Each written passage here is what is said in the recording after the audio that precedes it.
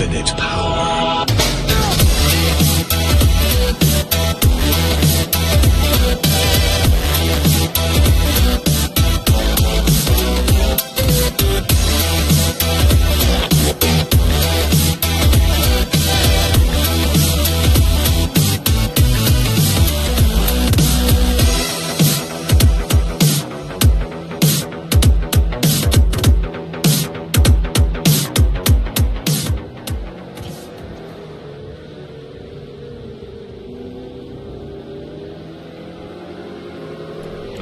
Good afternoon, ladies and gentlemen, mothers, fathers, daughters, sons, brothers and sisters. This is the Apex Online Racing Project CARS 2 Season 8, Round 3 here at the Internazionale. I can never get this right. It is the circuit in the Algarve of Portugal. My name is King-Kodiak and I will be your commentator throughout this evening's race. Right, the practice session is coming to an end. I please ask for your forgiveness for my voice. My throat is utterly knackered as I have been ill for the last couple of days, but the show must go on, as they say. I've been practicing the circuit now for the last 2 days and I can't believe I cocked it up at the last. Never mind. We have got 26 drivers, as you can see, and this should be quite an interesting race. The Algarve circuit is new to Project CARS 2, so it is one that it doesn't have a lot of heritage as far as Project CARS racing is concerned. Here at the that's Andreas Hayder, who actually has the time trial record for the Ferrari, and 2/100ths of a second behind him is this man James. So two of our Ferrari racers are at the top of the times for the Ferrari. Interestingly, the quickest time I could find was this man Stu in McLaren, the only one to break 1:42. So now, we should be on for a good race, I feel. As James completed his practice then. There's one side in his Ferrari. Welcome everybody in the chat. For those normally wishing to go over to Fizzy's channel, you may have noticed there is only one voice in the commentary box this evening. So therefore I welcome you to my humble channel. Fizzy is over in Abu Dhabi for the Formula 1 esports event happening this very weekend. So him and Dan Hawkins have flown over there and are having a good time over in Abu Dhabi. Hope you're all well. Thank you very much for stopping by. Please feel free to join in with the conversation. I will do my best to keep an eye on what's been said, but of course I'm mainly paying attention to what is in front of me. Right, this practice session has 20 more seconds to count down, and then we will get the qualification underway. Yes, well spotted there under us. Voice is a little bit rough, a little bit ropey. Like I say, the show must go on. And that's that. Hope to, as the practice session has just come to an end. Vernak's hoping to continue his winning streak. He has won both of the previous rounds leading up to the stage, and therefore, of course, leads the championship. No, Gibbs, I'm not using a voice changer. Right then, 26 racers wanting to get their qualification spot. 15-minute qualifying session, as is the norm in this season. Now, unfortunately, because I am the only commentator for this evening, you will, of course, see all of the camera controls that you normally don't see when it is just Fizzy. Popsy running a custom livery this time. He was in the Kaspersky-coloured Ferrari last time out at Spa. He was challenging for the lead, but had an unfortunate coming together with the wall. You didn't actually see it on the stream, but hello, Sticky, good to see you, my friend. Ooh, as Popsy runs a little bit wide there at turn. Oops, I didn't mean to click outside of my window. Apologies there. That is turn 4. He has a run slightly wider. Now this circuit is surprisingly hilly and a little bit bumpy in places. So let's just ride with Popsy. You can see it comes through turn 7. As he now makes the climb up to 8. Then over crest. Heading towards turn 9, and this is a very troublesome turn. Turn 10. You are trying to turn and brake whilst going over was going over a crest. So it will catch people out. It's 11. Heavy braking zone 12. Which again is a little bumpy there. So we'll catch a few people off. Heavy braking zone again for 13. 180-degree right-hander. And there's a few different ways of taking these turns. It all depends on the setup they have. Ease off the gas as you go over the crest around turn 14, and that is a lap of the Algarve. We'll see what time Popsu is able to set. The camera will kindly keep up. There we go. And it is for Popsu. Of course, that's his out lap, so he is now starting his time lap. Everybody except... Oh, Jeff is now coming out. Let's just say we only have one person in the pits. Everyone now is on circuit. All 26. Jeff's going to have to be careful because, of course, he was the last one to come out. So several people filing past him on the qualifying laps. There goes James and his distinctive blue Ferrari. This is unfortunately this is as good as my voice is going to get. Unfortunately, it's going to get progressively worse as the night goes on. But I will do my best to keep it going. In the second Tiger Colour Ferrari. Let's keep an eye on Popsu, as he should be coming across the line, setting the first of the time laps. If I find his name, there he is. And he's just coming up to turn 10. Now, he's chosen to take a very tight line, staying very close to the apexes. But that is the safer way to do it, but not necessarily the quicker way of then taking the downhill section out of turn 10. But it's more risky to take a wider entry into that turn, as if someone is jumping through on your inside, it will then obviously upset your particular line. As Popsu then comes through turn 14, and he's going to be first to set a time. Cheers, Zeki. As Popsu then sets a 1:42.0. My God, that is pretty damn impressive. Andrex and his M6 is probably... Now, the exclamation mark means he's close to someone. And Rydor with a 1:44.9. That's kind of my kind of pace, so let's hope that he's able to improve on that. 1:41.8 from Championship leader Vernux. My goodness me. What a statement of intent there.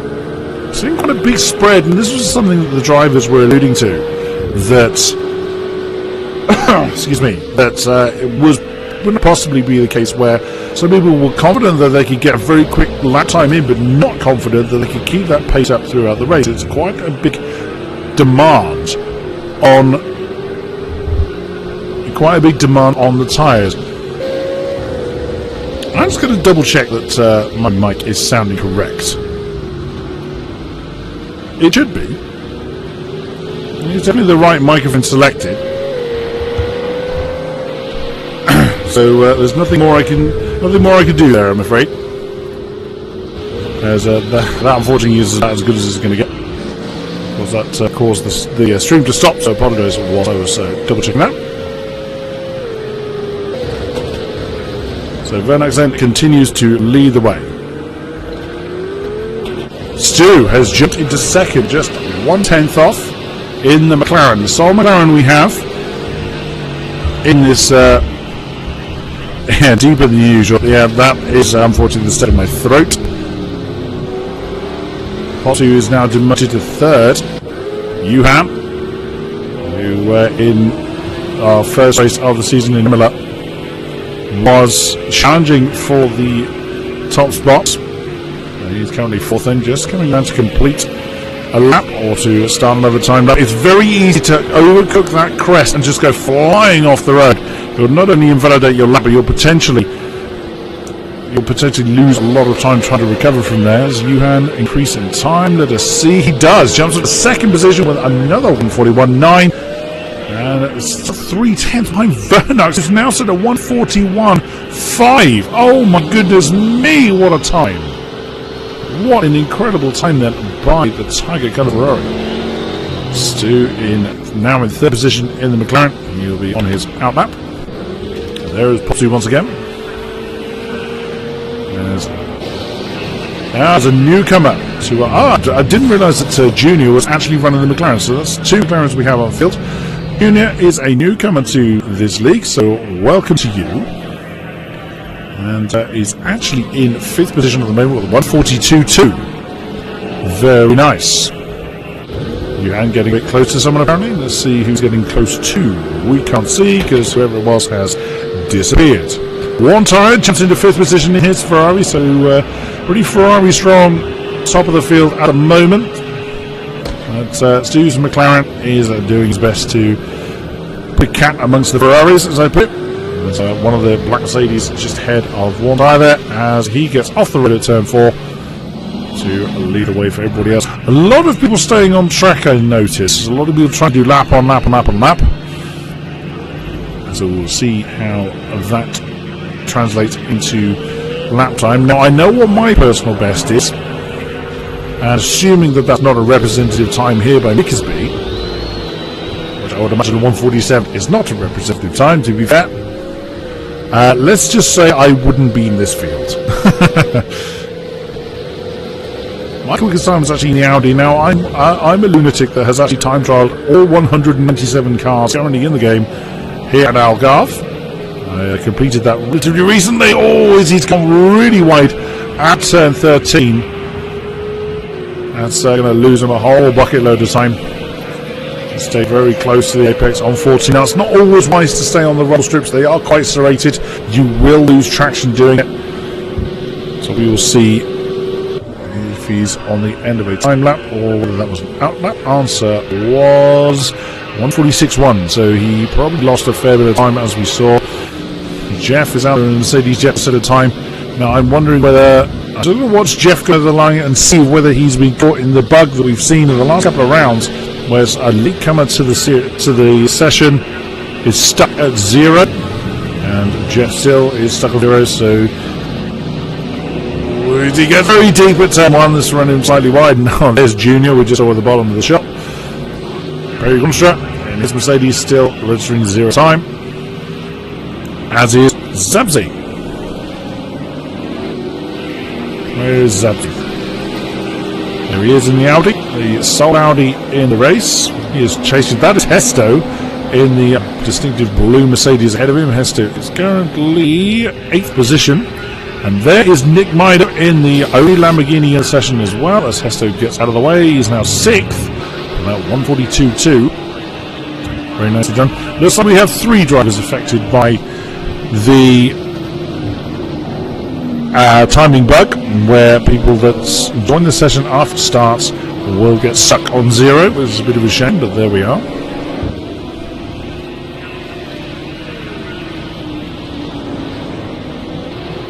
That is Nick Mio, speaking of the Lemon Lamborghini, as he was affectionately called by myself.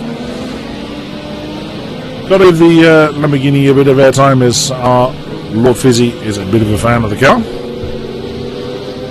Nick Mido currently finds himself in 18th position as we are hit now 5 minutes of the quality session to go.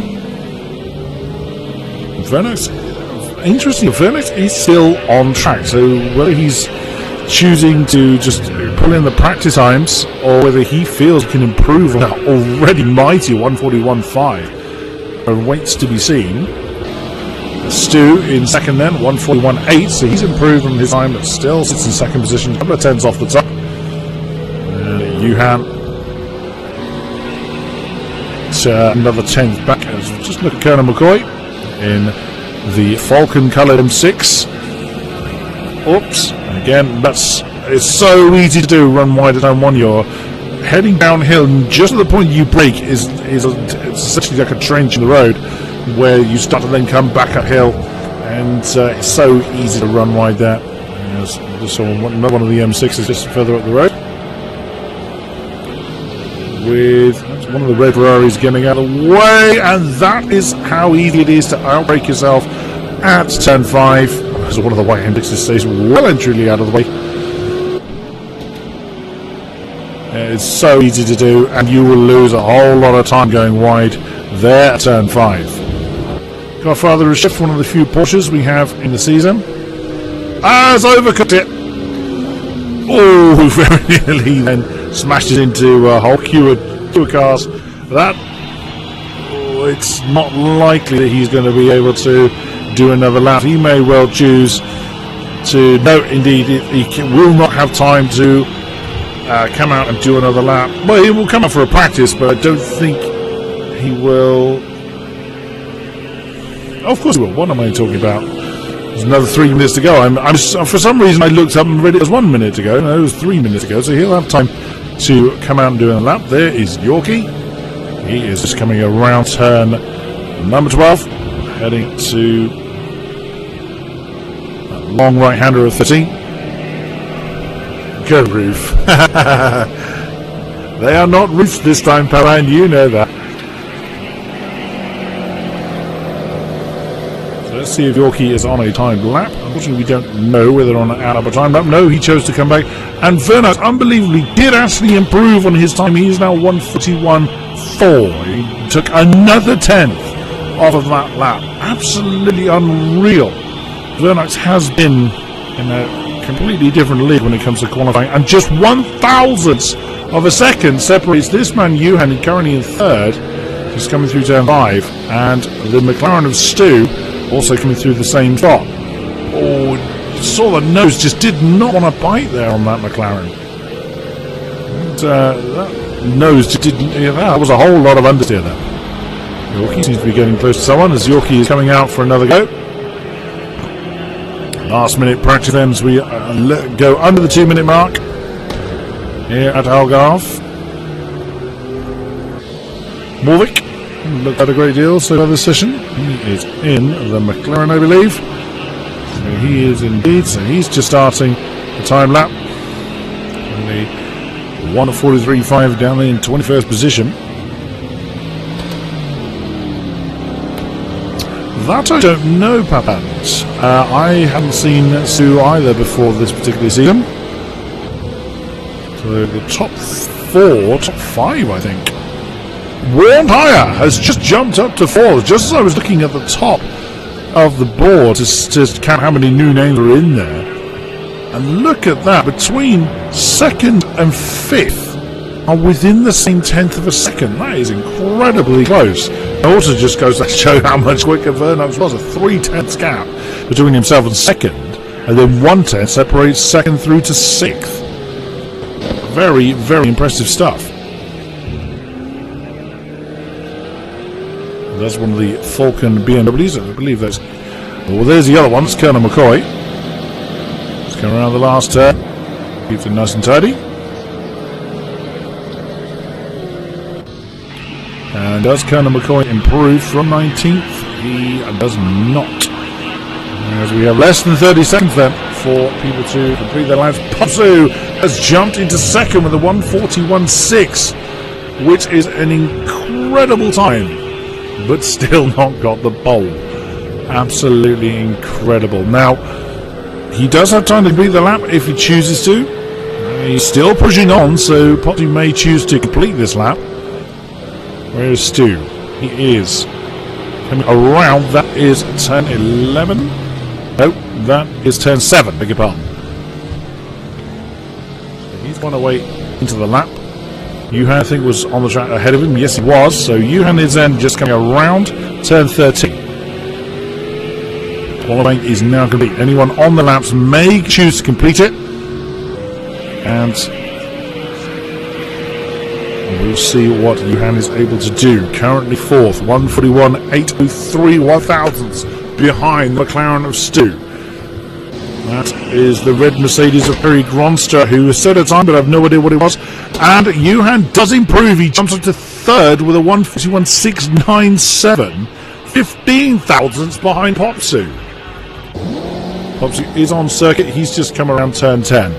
Stu is just coming down to the end of the lap. Does he improve from now, what is now 4th position? Answer is he does not. He remains in 4th position then. Where is Popsu? He is coming towards the end of the lap. That is, I believe, no, that's not Adrex. That must therefore be Yorkie ahead of it. It is indeed in the M6. that must, is that Nismo? I think that's Nismo just ahead. He improved in time, not position, in 12th position, 42.4.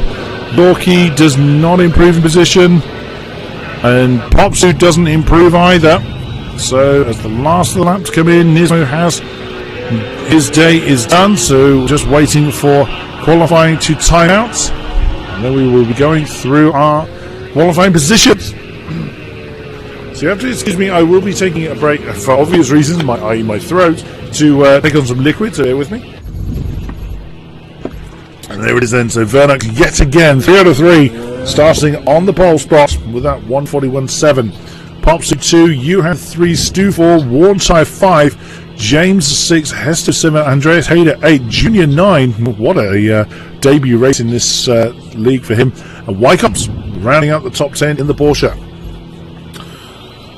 Right, for those unfamiliar with the start, it is a rolling start, so once everybody has connected, we'll then go through our rolling start procedure.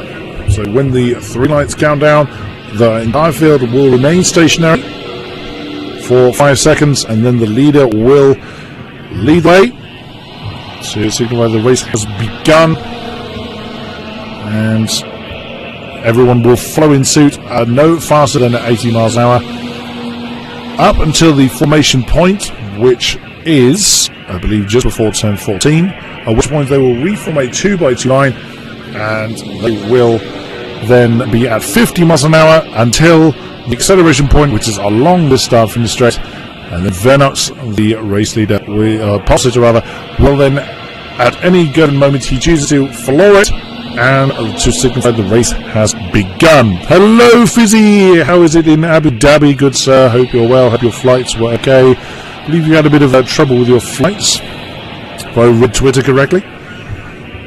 And thank you again for everybody to give me a chance to strain my throat some more, but thank you for actually sitting through it and enjoying this race with us. Usually when the reason why we're waiting is someone may have had a connection issue in between the 2 sessions. We'll see if all 26 drivers make it through. I love the fact that the ambient noise has racing going on. I'd love to know where that racing was, and we are through. Sinking! I am sinking! I can't swim! Right, the 3 lights of which we will ignore. There was a nervous moment to see if anybody forgot. No, it looks like it. Looks like it's okay. Perry Gronster is one of the ones affected by the timing bug. He's starting in 9th, but he will, on the display, drop to the bottom, along with Zarkus B, and there was the 3rd one, I've forgotten who it is, but they will descend to the bottom of the list. Unfortunately, that is a bug in the game, nothing I can do, and that is where they will remain. They will race in their correct position. The drivers will see them in their correct positions, but unfortunately the graphic overlay here will see them, as there you go, as you can see, Perry Gonstra, according to the game, is in last, but you quite clearly see he's still in his 9th position, along with Zabzi, and Perry Gonstra was the other one affected by that. Vernox then leads the field, heading through that turn 5. There's a Ferrari 123. Stu in the end was pushed down to 4th, but as you saw, it was by the narrowest of margins. And 2 more Ferraris behind are Stu and Warm Tyre. Warm Tyre and James, they're behind Stu, and then it is the first of the Mercedes, which is Hesto, and the SLS Mercedes.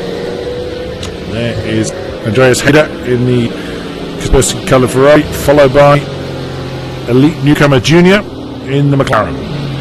Wycops is next in the Porsche, followed by Maisie in the Audi as they swing around turn 10. Nismo in the next Tiger Colour Ferrari. Yorkie, lead BMW M6. Godfather of Shift 14. This is of course on this overlay. That is not correct because there are people on the bottom of the list that are actually ahead of them.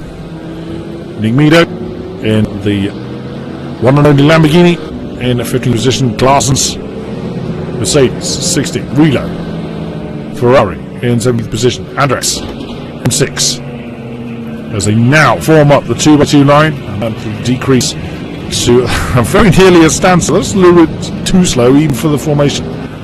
Anna McCoy Let's jump to here in the Falcon coloured M6. Tip 20th Morvick in the McLaren. Rygor, Ladies, and Mickersby Ferrari. Perry Gronstra, as we know, is further up the field and is listed here in the Merc. Zabzi in the Audi, and Jeff in the Mercedes as well. Let's jump up to the front of the field then. It is now up to Vernat as to when he floors it to signify the race has begun. This is the view from Johan directly behind him. Now, as he can't floor it and then slow down, but there he goes, and as is the luxury afforded the power man, he has got a good start as Johan slips in behind Popsu, try and get a bit of a slipstream heading down to the first corner. Oh my goodness me, that's Stu trying to get up close and personal, heading into turn 1. James has already actually overtaken the McLaren. What a lovely move by the blue Ferrari. We didn't quite see it, the camera was a little bit too close for us to see that. Stu is then demoted to 5th position. One tires down to 6th. Oh, sounded like we had a bit of an impact further behind. Hesso in 7th in the Mercedes. We have Junior. Oh, goodness me, he's actually gone off. He's overcooked it at turn 4. And he's lost a couple of positions as a result. That is Perry Gronstra in the Mercedes making his way through the field. That is Andreas Hayder in the Kaspersky colour Ferrari. We see the two Porsches there. That's Wycombs and Godfather shift side by side as they are coming towards that turn 7, still side by side. Godfather shift finally making his way through. No team orders going on there. There is the I saw that Fizzy 11 Lambo, and there is the 11 Lambo you see just behind the M6 of Yorkie. And there you see that is E. Clarson's as they come up to turn 10. The field are in a fairly streamlined position now. Colonel McCoy. There's Relo. Very, very close, but everyone's seemingly behaving themselves. No one falling too far on the back of the field. You would see no particular incidents to report. Let us jump back up to the front of our field. Let's have a look at where our leaders are. Vernat beginning to just edge a little bit away from Popsu. Johan. That is the view from Johan's Ferrari. He's trying to get a bit of a slipstream on Popsu, heading down towards the first turn. He can't really do anything at the moment. He's going to run too wide. It looks like all three of them ran too wide. That's turn 1. Very, very, very easy to do. But Popsu's got a lot of pressure already from Johan. And you can see actually it looks like Stu, who's gone back ahead of James. But it does look like the train's forming behind that McLaren. So we'll see if he's able to do anything about it. He's already 2 seconds off the lead. So there's over a second's formed in between Stu and Johan. So the top 3 Ferraris are trying to make a bit of a breakaway.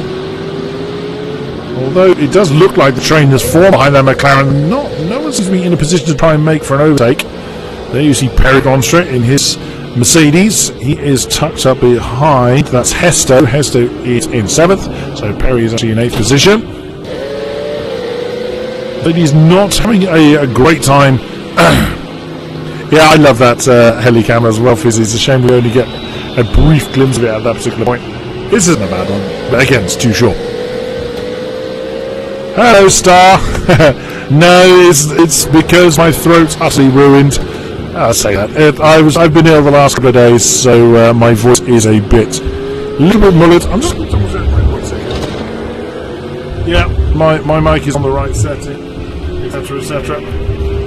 Yeah, it's just unfortunately I've been unwell last couple of days. That's why my voice is different, shall we say, to normal. But I do my best for AOR to try and get this race clipped. Back to the front then. Look at the streams. Not a great deal of spread going on at the moment.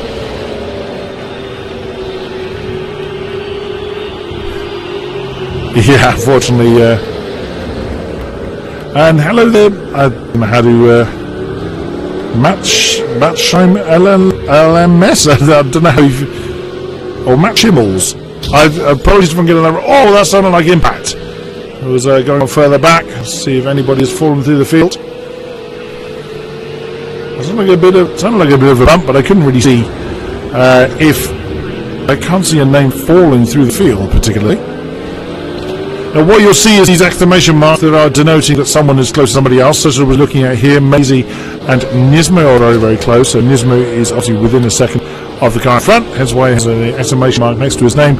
You'll see these, as this field spreads out, slowly disappear. If we jump on board with the Ferrari of Nismo, you see how close he's able to hang on to the back.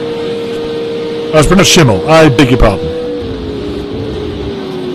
You're questioning whether to get Project Cars 2? Well, I'm a fan. It has its problems, yes it does. But if you enjoyed the first one, you will definitely enjoy this. Oh, well spotted, Groby. There's been a change of the lead. Now looking at the lap times, it would appear that Verx has made a mistake somewhere. And whilst I was looking at the rest of the field, we have had a change of lead at the front. And there's a bit of a difference in line. You saw Potsu running over the rumble strip. Now, that, in my opinion, is not the best way of doing it, because it is very, very bumpy. It's quite serrated, so you do lose traction by doing that. But if it works for Potsu, then fair play. As you can see, yeah, Verx lost 1.1 seconds actually to Potsu last time around, so he must have made a problem. Must have had a problem there. Johan's right with him. Stu is in fairly short succession as well. Look at that loss. Now, last week we saw the Ferraris pretty much break away, and we're not seeing the same, not to the same degree, this time around. The top six. So Popsy, Vernax, Johan, Stu, James, and Warntire are pretty close together. Again, as the note, and Hesto's not far behind either. In the blue Mercedes, you just seen coming into the shop. That's Perry Gronstra in the red Mercedes. So, very, very close racing even still. Oh, as James gets very close to that McLaren once again. We have a pit already. It is Jeff, who missed his pit box with a look at that, of how he had to reverse. Oh dear, it pit stop already on lap 5. It obviously shows him on lap 1 because he's affected by the pit the timing bug. So Jeff is away. What a shame. What a shame that he's had trouble already. Vernax seems to be falling back off of Pops already.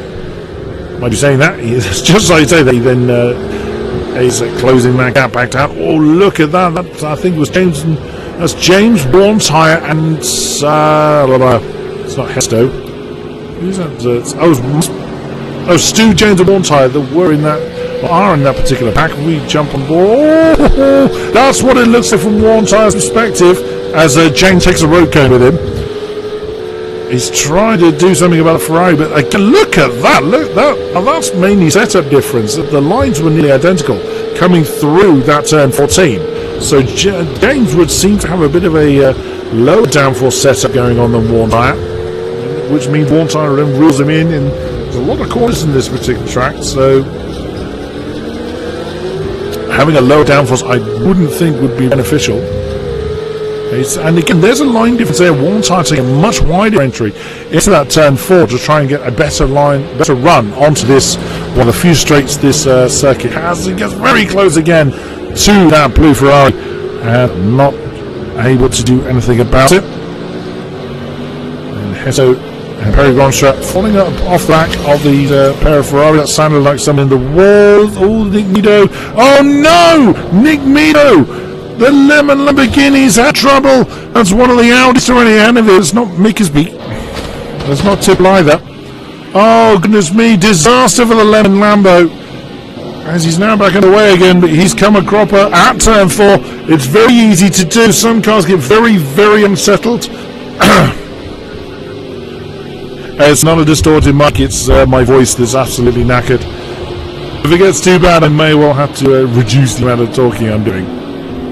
So I do apologise for that, but I wanted to get some coverage of this particular race as our Lord Fizzy is over in Abu Dhabi at the moment. So that is spelled disaster for Vernox. Has dropped to 3rd. Has Vernox got damaged, and is Stu and Warntire still battle for that 5th position? And look at that, as Johan is jumping right out of the slipstream of Vernox, but Vernox is falling back. He's 1:45.1. His early pace has just disappeared, and as his setup is really, really geared for light fuel, which I guess is possible, but it's not paying him any dividends at the moment, as Popsu's now over that's only nearly 2 seconds ahead of Vernox, which is not something we've seen in the last couple of races. Well, that's what I'm wondering, Star, is whether Vernax is actually, in whatever off he had, has picked up some damage. We again saw this last week at Spa, where on the surface the car doesn't look damaged, but you know, suspension damage you obviously won't see from the outside, and in a track certainly like this, that's very corner heavy, any kind of suspension damage, it's going to very, very badly hurt. Surprised we've still got so many battles going on. Look at Stu, he is determined to do something about that blue Ferrari ahead. He seems to have lost Warren Tyre, who's now fallen into the clutches of Hesto in the blue Mercedes. So Warren Tyre now thinking about defence rather than offence, but he's trying his best to close down that gap to the McLaren. Jump back up to the top three as Vernax out. He's staying right with Johan. So it could just be a simple mistake. Oh, that sounds like someone's had trouble. See, there's a car stranded somewhere. Nope, didn't see one on as the camera came past. That's the view from Vernax. Let's see if he's able to reel Johan in. It's about 0.4 of a second between the two, and no, he's not in the slightest. Yeah, 43.1, so he was 0.4 quicker than Johan last time around, so maybe it was just a simple mistake that sent Vernax off the track. But that is going to... Now, the last couple of races, Vernax has maintained the lead and just legged it into the distance. But he's not enjoying that particular luxury as he's got James fairly short succession behind. And again, oh, steadies! Oh, impact between Vernax and Johan. Whether he outbraked himself or whether Johan braked earlier than Vernax was expecting, he tried to avoid Ferrari ahead. It was a slight impact, but it will be enough to maybe a point or so of damage on. But it's enough to kind of throw you off your rhythm a little bit. He's just got to settle it back down and get back into the rhythm that works so well for him. And this is giving Popsu the opportunity to break away. It's 1.5 seconds lead he has for himself. And there he is in the custom coloured Ferrari. But he has got James all over his tail. He cannot just concentrate on the offensive moves. James, as we've seen before, is definitely fast enough to be making those moves. Ooh, Stu goes a little bit deep at turn 12, but he's hanging on to it. Vernax takes a much tighter line through that turn 13 than those around him. Again, he's staying right on that apex. Now, whether that's more aimed at a defensive manoeuvre from James, not entirely sure. Let's jump back on board bonnet of Vernax.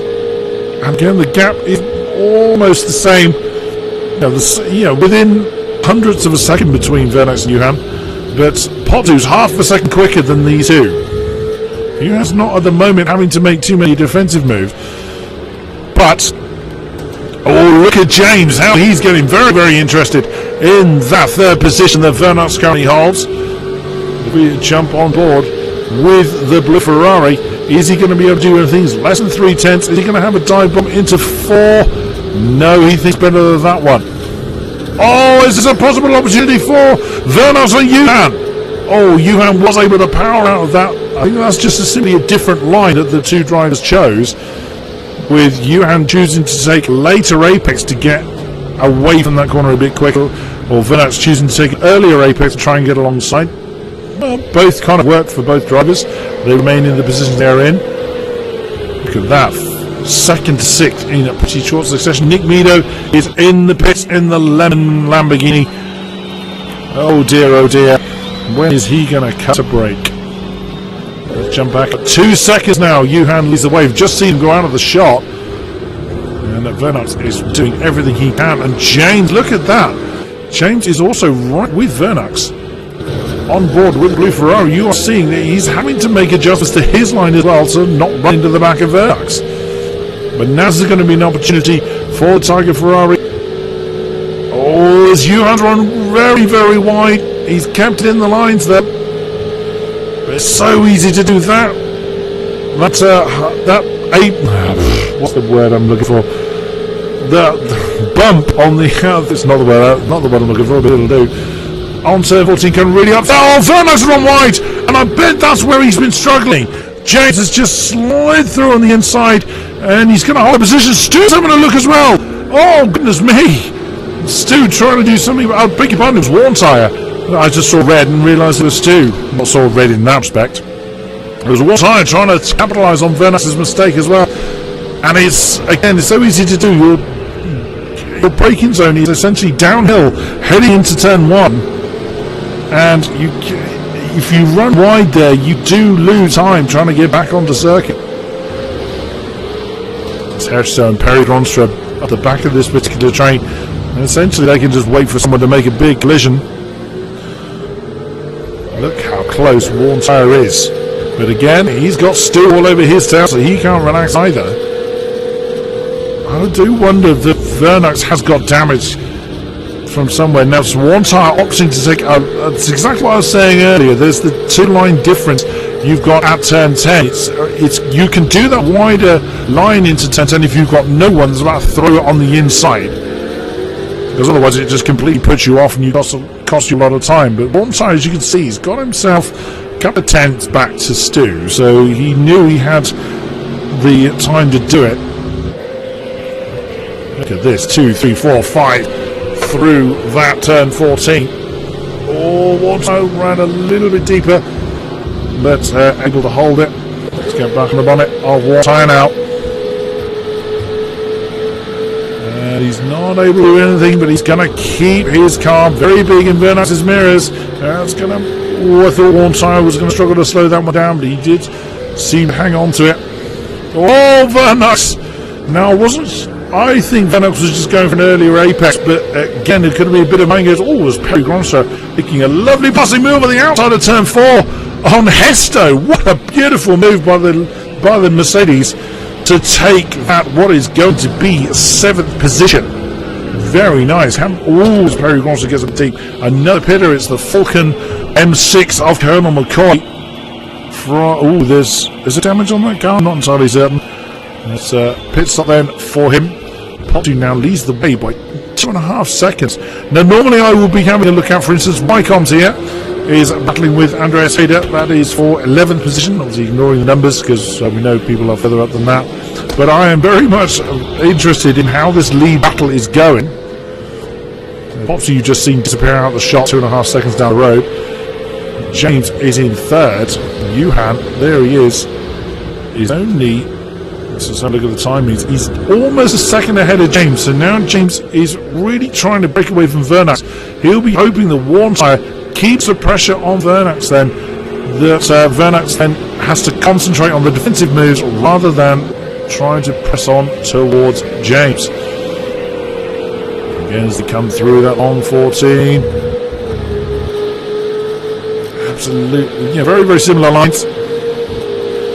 And again, it doesn't look like Worn Tyre ending a little bit. Is he going to have a look at turn 1? He's thinking about it. Oh, he decided at the very last to not go for it, but that did put Vernax off his lines. He's now going to have a look at turn 3. Oh, he's going to go for it. That's very, very close. Are they still side by side? Yes, they are, but Vernax held on to the inside line for turn 4. Oh, but he's gone wide. Now is Worn Tyre going to have a look at it into turn 5? That's surely an opportunity for the red Ferrari now. Oh, Vernax tried to close him off, just manages to do so. Again, Worn Tyre still with the opportunity to do so. Now the inside of 6. My voice can't hold on much longer, but sod it, what a way to go. Stu now getting interested in Vernax, and Worn Tyre has got the position. That is 4th position to the red Ferrari. Vernax is not having a good day here in Algarve. But not every track suits every driver. Let's be frank here. So this is now a prime opportunity for James to break off after Johan, which he is doing. So Worn Tyre now, can he break away from Vernax? Was no easy feat to do. Perry Gronstra, look at that. As we've actually lost 2 drivers from the session. I apologise, don't know who that is that we have lost. Been so focused on this top battle going on here. That's the top 8. Are in very, very short succession, with the exception of Popsy, who is nearly 3 seconds ahead of the group now. Perry Gronstra has got a great ringside battle for this already. Look at Worn Tyre. If we just look at... Oh no! No sooner do we say that Worn Tyre had fallen through the field. Commentators curse he's overcooked it out at turn 14, and the back has just stepped out. He will not hold on any longer.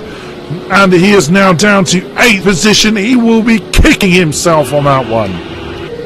James, though, is now right on the back of Johan. Look at the gap behind James. What was formerly occupied by one tyre is now a gap of 2 seconds. So James hasn't wasted any time. He's got straight on the gas. 4/10 he's gained on Johan. Popsu 140 isn't to the 142s now. So Popsu isn't hanging around. Just going to grab a drink before my voice dies.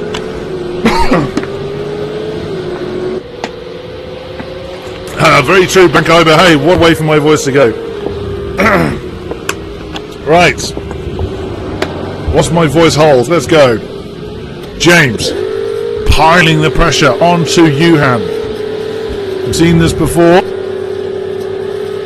And James is over a tighter line into 10. And he chose to just take the standard line as he realised he wasn't going to be able to pull that one off. Look further behind. Stu is right with Venox then. Perry Gronstra is in the mixture as well. There's Testo. Hopefully if the field's spread out and start behaving themselves, I'll be able to check in where everyone else is. Stu in that McLaren. Now there was another concern expressed by some of the drivers that the tyres will not last. We've had pretty much 0 pit stops except for damage for the last couple of races, but there was definitely concerns that the tyres would not hold well enough, certainly at racing speed, throughout this race. So we will see if anybody has to change tyres. Oh goodness me, Stu suddenly jumped over to the right there. Now whether that was just simply lag or whether and it can happen where the car bottoms out at that dip in the road and suddenly jinks over to the right. It can happen, but I think it was more lag related. Stu will no doubt be quite happy that he's piling the pressure on the Ferrari ahead of him. This has not been a great day in office for Vernax. Looks like his winning streak may come to an end. But I'm saying that we're not even halfway through the race. I'm condemning Vernax not to win this already. And Potsu out there on his own. 143.1 his last lap. 142.9 one before. So he has been able to pile in the quick and consistent laps without anybody getting the better of him. He looked a little bit shaky actually coming into turn 10, which again is very easy to do because the car gets very unsettled going over the crest. That'll be the word I couldn't remember earlier. Leading up to that particular turn. Johan does look like he's breaking away a little bit from James, but that's only 4/10 of a second, give or take, which can very, very quickly disappear. Even the experienced. Oh, don't worry, Ziki. I'll be all right. Was James ran a little bit wide down the exit of 13. Now the field's spreading out a little bit. We can begin to check in where everybody is. Vernock's beginning to break away from Stu, as you can see. Perry Gronstra is keeping Hesto at bay. Let's actually look behind. Maisie, we haven't pretty much looked at all race long in the Audi. Whoa, as that's one tyre trying to make up some time, flying off the road at 14. Maisie is pretty much on his own with one tyre there. E-Classens, no, not in those, he's in Mercedes, there he is, just crossing the line. Wycombs, that will actually be 11th position he is in with the Kaspersky coloured Ferrari of Andreas Hayder in what is 12th position. Just going to check where Jeff and Zambi are. There is Jeff heading through towards, that is up to turn 10. Unfortunately there's no one near him, so I don't know what position he's in. And Zambi in the Audi is coming around the last turn. Is that one tyre directly behind him? No. Not sure which Ferrari that is that's directly behind Zambi. You see he's lost light already, so he's having an argument with someone. Let's jump back up to this particular gap whilst I see the exclamation mark still there. It doesn't look like they are behaving themselves at the moment, so let's check up on everybody else. Nismo has got Andrex for company there. For both the last couple of races, Andrex has finished the race with someone right on his tail. It looks like he's returning the favour to someone this time. This time it is being Nismo. Yorkie in the next M6, followed very closely by Morvik in the next McLaren. Tipple in the Falcon M6. Ooh, getting a little bit slippery there through turn 7. through turn 8, pardon. Reload, 7105. In the Ferrari, I didn't quite see who that was directly ahead of him. I think that's Zamzi's Audi. So he's being followed by Reload. That puts Zamzi in 17th, in 18th position. Rigel will therefore be in 20th. Kisby, 21st. The Lemon Lambo of McMurdo in 22nd position. With Kumbakoi pretty much on his own there at the back of the field. Right, back up to where our battles belong. James still right with Johan. Looks like Pops has lost a little bit of time, but not a great deal. He's lost 0.3 of a second that time. Maybe he's ran a little bit wide somewhere. But it's not going to be a great concern for him at this point in time. Brownski just read that. I am not commenting. Actually, one thing I'm going to do is get rid of that, because that race week doesn't work. That was for qualifying anyway, so not to confuse the matter. And James is right with. Look at that! He's really piling pressure on Johan now. As they are coming around that long 13, heading towards 14. Oh, and that's going to be advantage James, I think, as Johan may have had to lift off to keep his current champion. I think he's maintained his momentum though. Half a second separates second and third position, and James carries on his merry way. Vernax really has broken away from. Oh, that's close. Very, very close.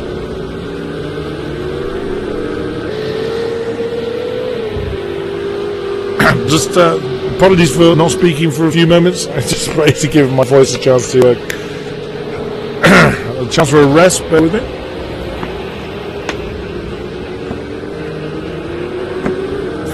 Big old glug of fluid. Oh dear, Jeff is out. Oh, I've just seen that is one of the people that's left the server is actually Junior. I've just seen his black McLaren in the pits. What a shame for his debut race in the league, and he is sadly a Mantadino DNF. We have lost Jeff as well.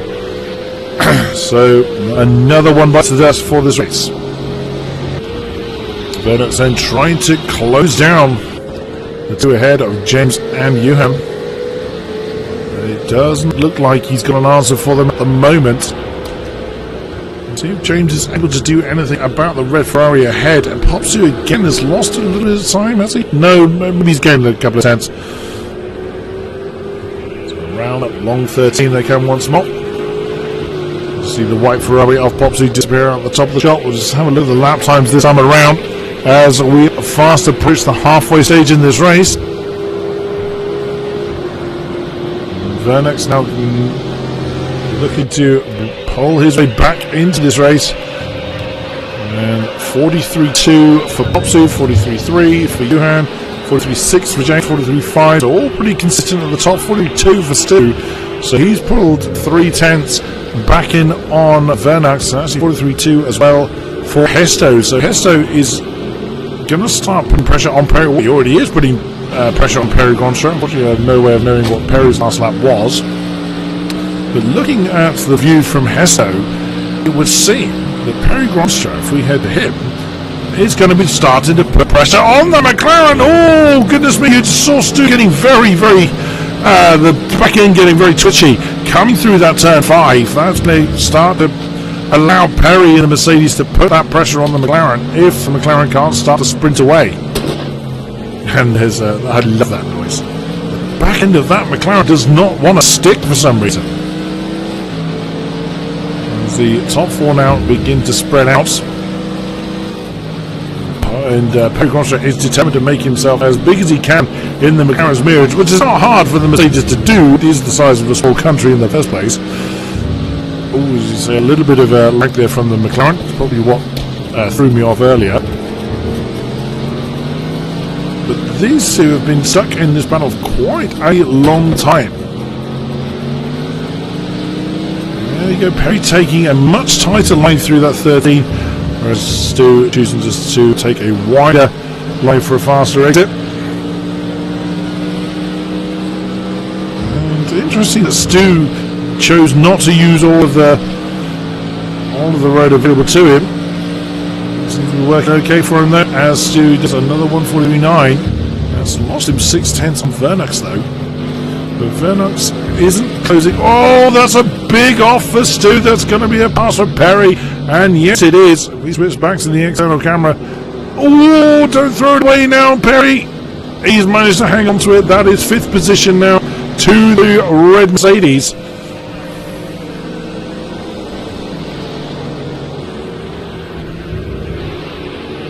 And now Hesto getting interested in that red Ferrari as well. So Stu doesn't have the opportunity fully to pile the offensive back on Perry Gronstra.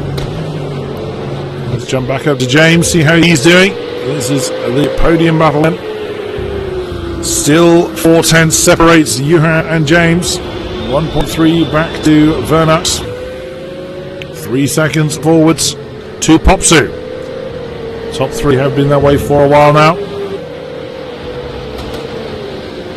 Very, very close under the rear wing of that red Ferrari. They come through that turn 12. Round 13. Oh, James trying to take the tighter line, but doesn't have the exit he needs to make that particular line work.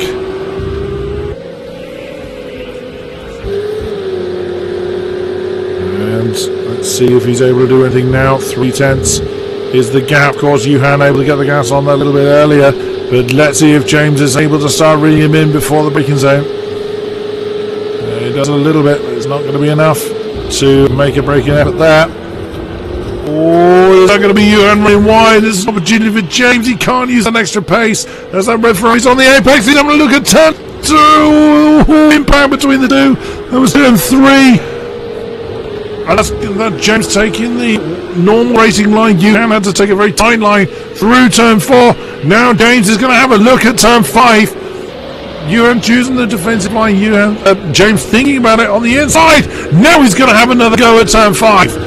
But cannot make it stick. Yet again, Johan hanging on to that. Very nicely done. And James is going to have to pick another opportunity to have a crack at Johan ahead. And all the time that they're doing that, Vernux is lurking in the background. But saying that, Vernux lost half a second nearly on James last time around.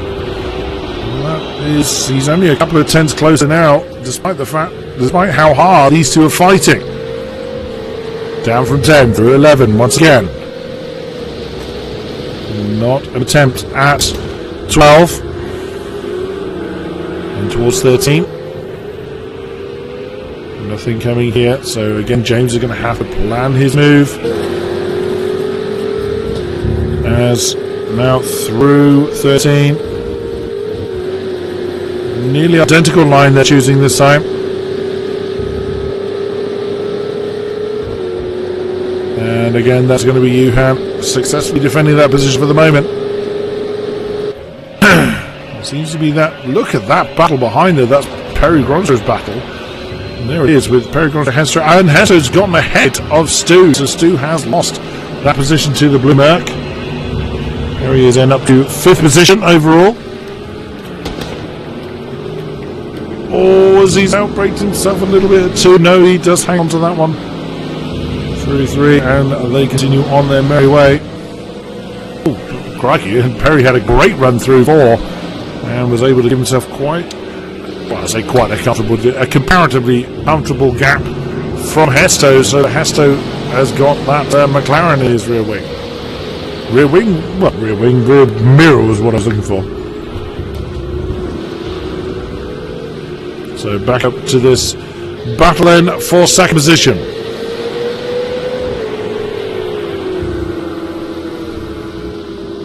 Oh, Nismo, a great shame.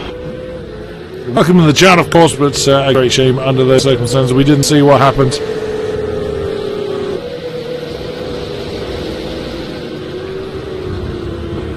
So James continuing to pile the pressure on. He's trying every different line he can do to get Johan into a mistake, but it is not paying off for him at the moment.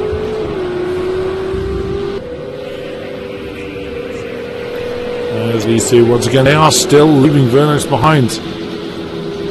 Vernox does not seem to have an answer, unless, of course, Vernox is just hanging back. It's a dangerous tactic to play, though, as we're well over the halfway stage now. James getting very, very close yet again to Johan. 2.5 tenths in it. And he's going to have a look at turn 3 again. There he goes. Heavy on the braking alongside. Again, the impact between the two. It's a pretty much carbon copy of what happened before. James needs to get a good line out of 4, and he doesn't seem to have the ability to. Well, the ability. He probably has the ability to. Just doesn't seem to have the car to get a great drive out of 4. And it seems that Johan is able just to maintain that position at the moment.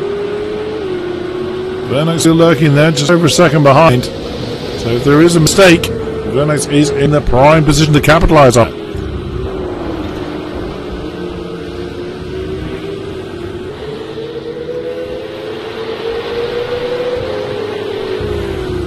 Look at Stu.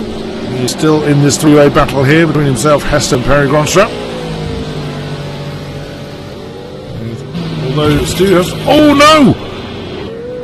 Oh, James! James is in trouble! We heard the clunk then. He must have hit the back of Johan. James has lost it again. Oh, excuse me.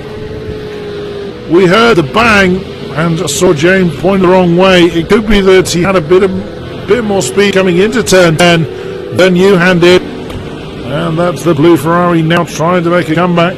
He is down to 7th with Perry Gronstrap gaining another position. Then a penalty for Vernox, a 30-second penalty for Vernox. Oh my goodness me, that is going to be catastrophic for Vernox.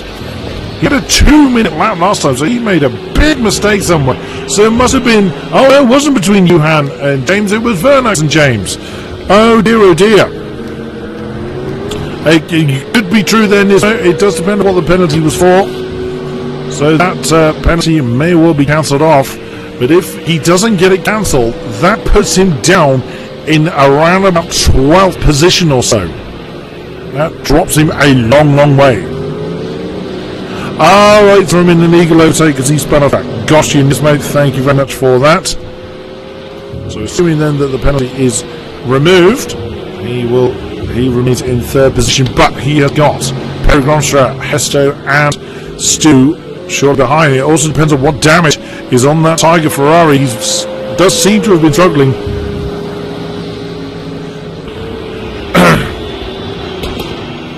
Seem to have been struggling for a while, so we'll see it. Perry Gronstrap looks like he's got the pace on the Ferrari at the moment. You just see how he's been reeling that Ferrari in since that incident occurred. So we'll look at the lap times this time around. Oh, Perry thinking that would be very, very brave having a dive on the inside of 13. And you see that Vernox was not able to hang on to the apex at all in the Ferrari. So I suspect he's got a bit of damage then that he's having to deal with as a result of that impact with James. As we switch camera and the camera's lost, there it is. Look at that, Perry is reeling in the Ferrari. He's having to think about it. It doesn't seem long before Perry's going to have a move on the Ferrari. Then is this going to be another attempt at 10-3? No, he thinks better on that one. And Vernox takes the defensive line. Oh, the back end kicking out on that Ferrari. We're seeing quite a few instances where the tail does not want to stick. Oh, that's one of the back markers getting out of the way. It's giving Perry Gronstrap a run on the outside, heading into turn 5. But Vernox defends that one. Vernox has had to do a lot of defending in this run, in this race, and now he's having to do the same again. So that now gives Johan the perfect opportunity to run off after Popstra. Popstra? Me, I'm now mixing up Popsu and Perry Gronstrap. Now, Popsu did a 44.3, so he made a mistake or maybe just backing off a bit. in that last lap. That allowed you had to close in about... Oh, Felix has spun it. He's been struggling. We've seen a few instances there. Hesto's gone off as well. So that's going to give a few positions. That's going to give Vernox another problem. Is it one time that's coming through? It is. Oh, goodness me. One time's going to have the inside for 12. Can Vernox do anything about it? Oh, one tire doing a typical one tire thing and running him on the road. Firm but fair. Oh, very twitchy, but he's kept it under control. Vernox not going to be able to do anything yet. That's clear. He is not going to be pleased with that. But can Vernox do anything about one tire? Less than 2 tenths separate them. The slipstream will work. Even on a damaged Ferrari, you see he's closing in. And one tire goes straight to the defensive line. So Vernox is going to have to go around the outside at turn 1. And he does hang on to the car just about. That's Maisie in the Audi that's just behind him. This is really going to shake up the championship then, if Vernox is not able to climb his way back up the order. Which if he's lost as much pace, 155 last time around, of course, because of the spin. That wasn't as a result of the... Oh my goodness me! Slams into the back of one tyre. He is struggling. He's really overshot the picking point there and slams into the back of one tyre. Maisie then slips through into 7th position. It is gonna be a long day in the office for Vernox. We have got 12 laps, or just under 12 laps to go. And it is going all kinds of wrong for Vernox. Let's keep an eye on how he does through this turn 10. Keeps it under control this time. Now Warntire's got an opportunity to get away. And Warntire went a bit deep at that turn 12, but has hung on to it. And continues on his merry way. He's got Maisie in between himself and Vernox to try and get away. Let's jump up to this battle then. This is Hesto and Perry Groncha. Although the camera was looking at the wrong battle. Oh, big one. Hesto and Stu. This is actually for 4th position, as Perry is in 3rd. And he's broken away from the McLaren. You saw the McLaren was able to swing by. Why, thank you. I don't know how to pronounce that exactly. Topke? I'm sure that's not how you pronounce it. Please forgive my croaky throat. I don't normally sound like this. So Hesto doing what he can to pressure that McLaren. Oh, there's that lag again. It's getting better. Oh, good. Good. Thank you, sir. Let's come back to the battle here. This three-way battle here is of Maisie, Vernox, and Warntire. The overlay, of course, is 6, 7, 8. It's actually 7, 8, and 9. Vernox is falling off the back a bit. The damage on that Ferrari is clearly quite significant, as Maisie is all over the back of Warntire. Vernox does not seem to have an answer. If he is saving tyres... some strong alcohol. It won't necessarily sort it out, I will just care about it less. Maisie then doing what he can against the Ferrari ahead. Warntire holding him off at the moment.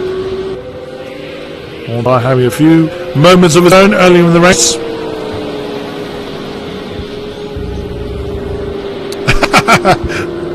Oh, that's one way to look at it. Look at it, I suppose. Excuse me.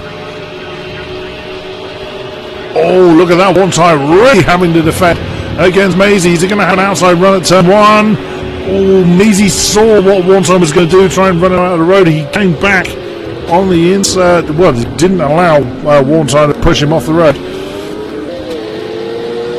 As they are leaving Vernox for dead at the moment. They actually put a second on Vernox that last lap around. And sadly, the Audi wasn't able to have as good a line through 2, 3, and 4 as Warntire did. So Warntire, an easy defence for him. as they continue on their merry way. If we look further down the field, Rigor's in a battle. That is Reload just ahead of him. This is for 17th position, I believe. I may not necessarily be the front, but I do try and give people some airtime, irrespective of where they are, especially if they're in the middle of a battle. Rigor trying his best to do something about the Ferrari ahead. Let's see how he's doing. He's reeling him in. He's going to have a good go at it into turn 1. He's come to the inside line. Reload's chosen not to take the defensive line. Can he? Reload's hanging on to the outside line through turn 1 and keeps the Mercedes at bay. Rigor jumping straight away on the inside of turn 3, but decides not to follow that move through. Probably quite wise. It was quite a risky move. Always throw runs a little bit wide on the exit of 4, and he had a great run on Rigor and breaks away a little bit. Let's head back up to this battle here. This is for 4th position. There's Perry in 3rd, Stu 4, and Hesto in 5th. Perry's not been able to. That's James just behind them. So if James starts to catch up with this lot, he could start to get involved. James did a 42.9 last time around. Johan did a 42.7. There is pace still out there to be found, as we are now within the last 10 laps. I don't think Verner's got another penalty. No, he hasn't. That's just the same one. The position number stays red to indicate the game has given them a penalty. That penalty, of course, can be appealed, as it doesn't apply until the race is complete. So we'll see what difference that makes. But of course, if it sticks, that will put him a long way downfield. It's one of the Falcon-coloured M60s, that kind of McCoy. Yes, it is. I've just seen Zapso actually appear with a mark on his name. That's because he's come past the pit lane. No idea what position he's in. As he's stuck on the bottom of the timing board.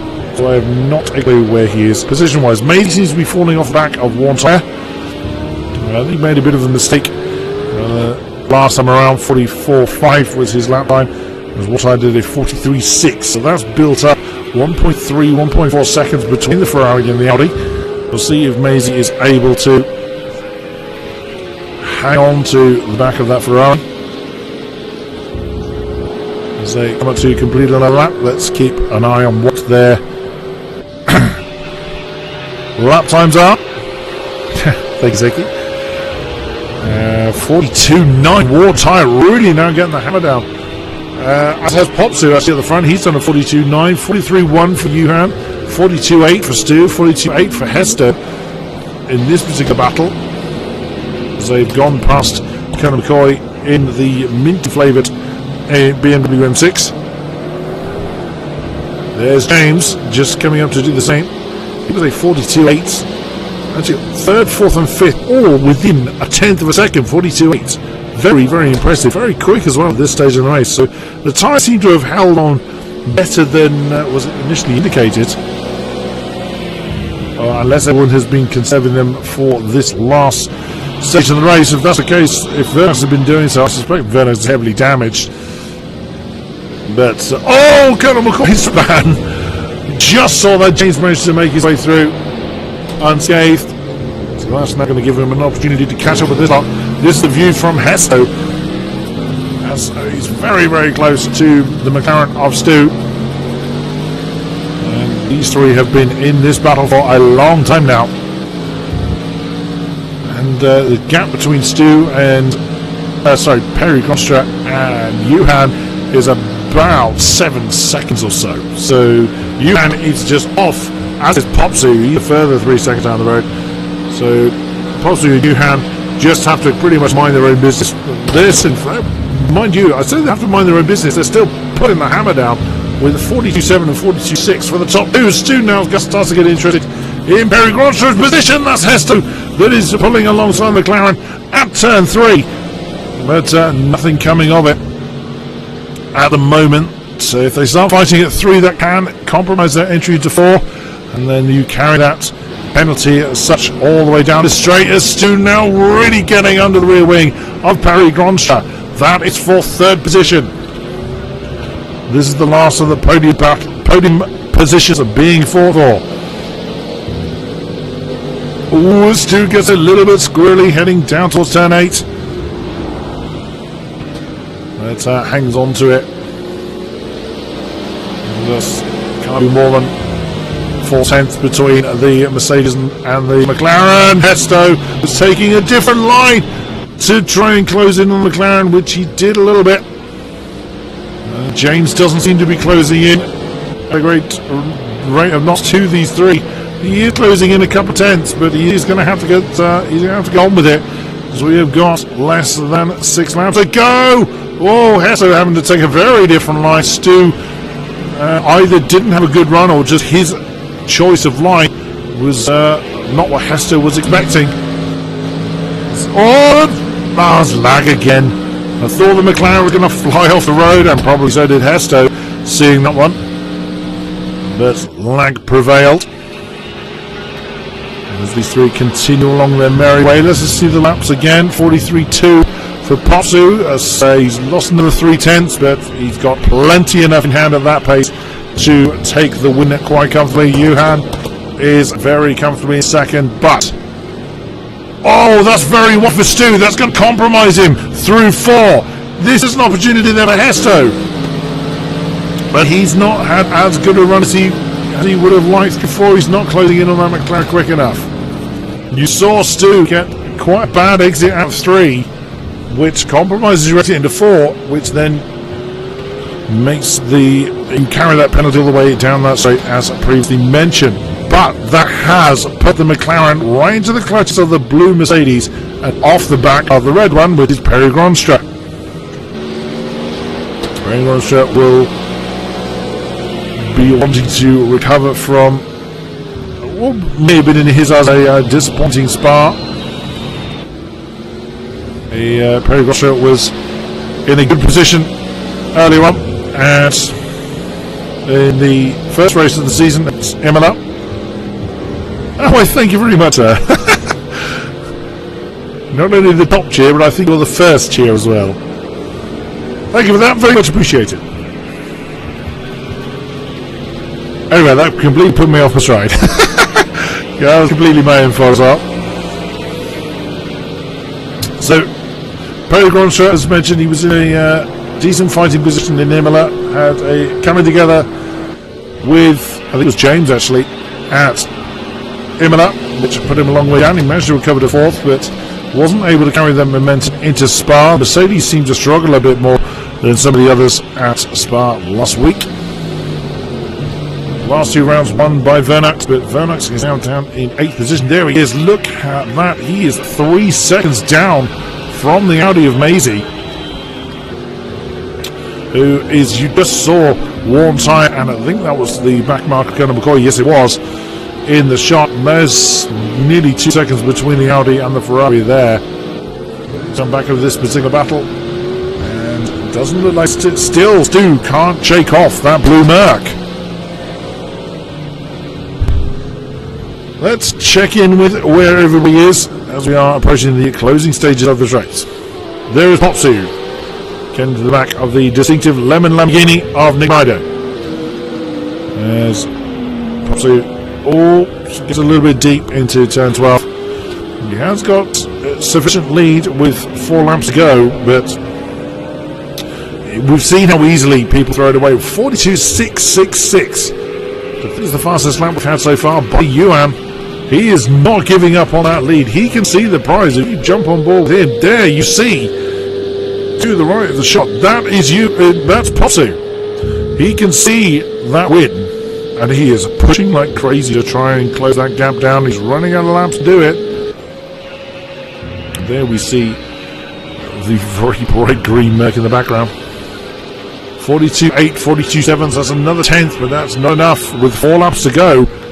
We'll see what Johan can do. 42.8 for Stu. There's 8 seconds between himself and Johan. Stu is, of course, as previously mentioned, he's... Oh! Is that one time? No, there wasn't one time in the on the infield there. Not sure which Ferrari that was parked on the infield there. Is he still there? No, he's moved. So, let's get back to going through the field. Stu then is still trying to chase Perigonstra, but he has got this man Hesto all over the back of him. James has been trying to reel in. He lost a couple of tenths last time around. Still 2 seconds behind Hesto. Unless a mistake in shoes, it looks like he's going to have to... Whoa, as the tail not want to go there. It was getting very slidey. As one tyre taking a very wide entrance into that turn 8. He's pretty much on his own. 6.5 forwards, 3 back. There's Maisie. He's gone past the minty BMW of Conor McCoy. The struggling Vernux down in 8th position. Obviously, penalty. Assuming the penalty is removed. Glassens barely looked at him all race long. Last time I looked at him was last time I looked through the field as well. He is in 9th position. He's actually in 10th because of where Perigonstra is. I need to figure out where Zazie is. So he's going through turn 4, but he's got no one near him, so I have no idea how to judge where he is. Oops, that's Maisie. Wycombs, just outside the top 10. See, he's coming through. Very lonely race for him. Andreas Hayder in the Kaspersky colour Ferrari. Shortly followed. Andrix was chasing him, I think, earlier on, but 1.5 seconds separates those two. And the M6 still mind his own business. Yorkie in the next M6. We saw him battle his way to an impressive third place last week in Spa.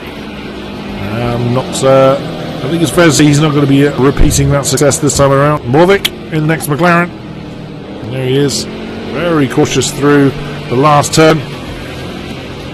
Tipple in the lead Falcon M6. Nick Guido in the Lemon Lamborghini. There is the race leader you've just seen come through the shop. So it's not been a good day in the office for Nick. Ruggle in the brightly coloured Mercedes. It's actually dark here, it's pitch black. The only reason you're seeing light is because this car is blowing that badly. The radioactive Merc. Kilo 715 in his Ferrari with his teammate. That's Warren Tyne already ahead of him. Conor McCoy. That's Maisie who's just gone through the shop. Maisie up in 7th position. Rickersby. There would be him. It was the Strand Ferrari we saw in the infield at turn 3 earlier on. Jeff, we know, is retired. Perigonstra is still leading this field, this particular 3-way battle here, with I think it's 2 laps to go. Perigonstra finds himself in 3rd place. It is indeed 2 laps to go. We're on lap 35-36. Popsy just has to keep it clean. He's still putting in the sub 43s, even at this late stage, so he's not leaving anything to chance. As Johan has gone past Nick Mido. But we've seen it before. We've seen positions change on the line of the last lap. We saw Yorkie do that. He let off the gas too early and he lost a position on the start finish straight, which I'm sure he'll love to be reminded of. Still, Perigonstra fights off the advances of that McLaren. He is hanging on to that 3rd position for everything he's got. Ooh, he's quite cautious coming through the apex of 10, which is no bad thing. It's so easy to get that all wrong, as we've seen several times already tonight. But that 3-way battle is looking fairly set. Where's our leader? There he is. Popsu is beginning the final lap here at Algarve. And still doing sub 43s, 42.7 last time around, 43.6 for Johan. So Johan probably backed up a little bit to maintain that 2nd position and not throw it away. Perigonstra keeping that McLaren at bay. Now is do or die for anybody trying to make up any further positions. Hesto has fallen off the back of these two. It is now really between the McLaren and the red Mercedes. They come through turn 4. just keeping it within the white lines. Now, can McLaren have any particular answer to the Merc? As you can see, the Merc powering away from the McLaren. I thought the McLaren was... Whoa, he's had a big twitch of oversteer. Now is this an opportunity for Hesto? It would seem not, as Hesto was not able to close in enough. But if he's struggling with grip... Oh, that was one of the M6s in the infield there. That was on the Colonel McCoy. I don't think it's Colonel McCoy. I don't think he's still running. It could have been lag, of course. Hesto trying a slightly different line there through turn 10. It's not paying off at the moment. But not really very many other opportunities to overtake. But here is Popsy then. Around the final turn. He has been unchallenged for about 3/4 of the race. And he is going to take his first win in this season. Your winner here at Algarve is Popsy, very closely followed by you, and big old Wiggle throws it in the wall, but he was over the line. Why not? He's going to take Nick Mido with him, not quite. Perry Gromstra is going to cross the line, just holding on to that third position ahead of Stu in the McLaren for 4. Esto in the blue Merc in 5. James comes across the line 6th. One tyre. Where is he? There he is. Comes across the line in 7th position. Maisie's having a big old wiggle in 8th. Verx, where is he? The struggling Ferrari. If the camera will kindly keep up. There we go. There he is. Coming across the line in 9. Claessens in the black Merc. There he is. That's 10th position. Wycombs comes across the line in Porsche in 11th. Andreas Hayder in the Kaspersky Ferrari. Where is he? There he is. And you're now hearing people. One of the advantages, one of the extra things in this race you can do a manual cool down lap, so you can smash into each other or have a big old celebration, as no doubt we're going to start seeing people who... There we go, look. There's people doing some donuts and having a good old time in celebration. Why not? Why not? Yorkie came home in 12 in the Mercedes. You're seeing Vernox jump down the order because the game is trying to put that penalty in place. And Alex in the M6 in 14th. Morvik. Oh, what a big old slide for the McLaren 15. Nick Mido, he finished the lap down in the Lemon Lambo. Rigor in the radioactive Merc. There's Ken McCoy in the Mitty M6. Rilo has already crossed the line, along with Nickersby. And Zati, I'm afraid I have absolutely no idea where he finished. And there we go. The game has now decided that the race is done. So Popsy then takes the win. Johan second. It's actually Perry Gromstra in third, of course, because Perry Gromstra is stuck at the bottom of the list down here. There he is. He's deemed as 20th because the game reckons he was still on the first lap. Stu, Hesto, James, Maisie, Claessens, etc. I didn't get a chance to read through them all. I'm not going to be doing driver interviews today because my throat is absolutely dead. Thank you very much, ladies and gentlemen, for sticking with a very croaky bear coming through this commentary. I really appreciate the fact that you stuck with me.